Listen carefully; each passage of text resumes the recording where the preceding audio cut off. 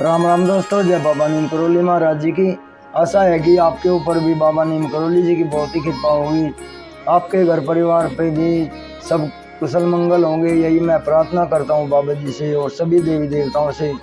तो दोस्तों, आज मैं आपको हमारे देश के एक बहुत बड़े जाने माने उद्योगपति जुगल किशोर बिरला जी की धर्म के प्रति समर्पण की कहानी, उनकी कथा, सत्य कथा है, उसका वर्णन करूँगा। इसे सुने, अगर आपको अच्छी लगे तो आगे भी शेयर करें और विनती है कि चैनल को सब्सक्राइब अवश्य कर ले, ताकि आपको श्रीमद् वाल्मीकि रामायण का लगातार इसमें एक सर्ग आता है चैनल पर, उसका पूरा धर्म लाभ आपको मिल सके रोज़ाना। और इसमें चैनल पर सभी धार्मिक ही प्रोग्राम है दोस्तों, तो आपको पूरा धर्म लाभ मिलेगा। ये मेरी प्रार्थना सभी देवी देवताओं से है कि जो भी मेरे इस चैनल को मेरा भाई देखेगा, उसे पूरी कृपा मिलेगी सभी देवी देवताओं की। इनकी छत्र छाया में, इनकी उपस्थिति में मैं जो भी वीडियो बनाता हूँ वो इन्हीं का आशीर्वाद होती है। तो शुरू करते हैं दोस्तों। इसका शीर्षक है, जो संकल्प कर दिया वह हाथ से छूट ही जाना चाहिए। प्रयाग का हिंदी साहित्य सम्मेलन अपनी सेवाओं के लिए प्रसिद्ध हो चुका था। देश के गणमान्य पुरुष उसके कार्य क्षेत्र में प्रशंसक थे और उसकी योजनाओं में शक्ति भर योगदान देते थे। इन्हीं दिनों सम्मेलन की एक महत्वपूर्ण योजना बनी, जिसमें पर्याप्त धन की आवश्यकता थी। धन एकत्र करने के लिए मुख्य रूप से सम्मेलन के मंत्री पर भार था। श्री मौलीचंद्र जी शर्मा उन दिनों सम्मेलन के प्रधानमंत्री थे। धन एकत्रित करने के लिए उनका श्री गणेश करने का विशेष महत्वपूर्ण होता है। आरंभ में वे किन्हीं बड़े व्यक्तियों से ही रकम लेने का प्रयत्न करते हैं। श्री शर्मा जी ने इस शुभ कार्य का आरंभ दानवी सेठ जुगल किशोर बिरला जी से ही करने का निश्चय किया। वे सेठ जी के पास गए और योजना का परिचय देकर उनसे आग्रह किया, चिट्ठे में पहली कलम आपकी ही होनी चाहिए सेठ जी। श्री सेठ जी ने योजना को बड़े मनोयोग पूर्वक सुना और उसकी प्रशंसा करने लगे। इसके पश्चात बड़े संकोच से बोले, पंडित जी, आप तो जानते हैं मैं व्यापार करना कभी का छोड़ चुका हूँ। अब तो मैंने सब ठेके पर दे दिया है। जो भी मेरे हिस्से का मिलता है उसी में सब कार्य चलाता हूँ। इस कारण मैं थोड़ा सा ही दे सकूँगा। यूँ कहकर उन्होंने चिट्ठी का कागज़ हाथ में लिया और उस पर 25,000 रुपये लिख दिए।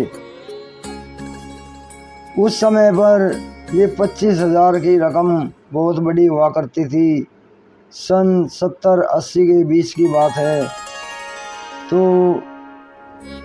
इस वक्त लिखने के बाद चिट्ठी का कागज़ शर्मा जी के हाथ में देते हुए हाथ जोड़कर बोले, पंडित जी, क्षमा कीजिएगा, यह काम तो मेरे लिए ऐसा है कि 1 लाख भी दे देता तो भी कम था। अब जो बन पड़ा है मैंने लिख दिया। मंत्री महोदय पहली रकम इतने बड़े रूप में देखकर प्रसन्न हुए। इस पर इतना देने पर भी श्री सेठ जी की दैन्य भरी दयामयी ग्लानि ने उनको मंत्र मुग्ध कर दिया।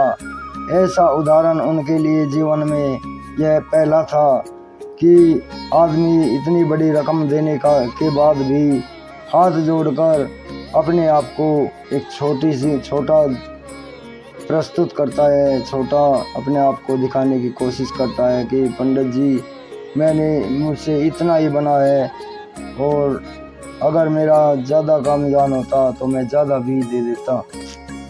इस घटना के कुछ दिन बाद सेठ जी ने अपने निजी सचिव के द्वारा 25,000 रुपये का चेक श्री शर्मा जी के पास भेजा। इस प्रकार अप्रत्याशित शीघ्रता से चेक प्राप्त कर श्री शर्मा जी बड़े प्रसन्न हुए।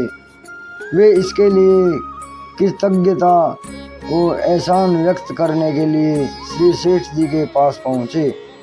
उन्होंने सेठ जी को धन्यवाद देने के पश्चात सेठ जी से कहा, ऐसी क्या जल्दी थी सेठ जी, मैं स्वयं आकर चेक ले जाता। श्री सेठ जी सहज भाव से बोले, पंडित जी, दान किया हुआ धन मेरे पास पड़ा था, शरीर का क्या भरोसा, अगला श्वास आए या ना आए, और मैं धर्म का ऋण कंधे पर लिए चला जाऊं। जो संकल्प कर दिया वे हाथ से छूट ही जाना चाहिए। जय राम जी की। तो दोस्तों, ये इतने बड़े उद्योगपति जुगल किशोर बिरला जी अब तो नहीं है इस दुनिया में, लेकिन वे बहुत ही बड़े उद्योगपति थे और बहुत ही धर्म के प्रति लगाव था उनका।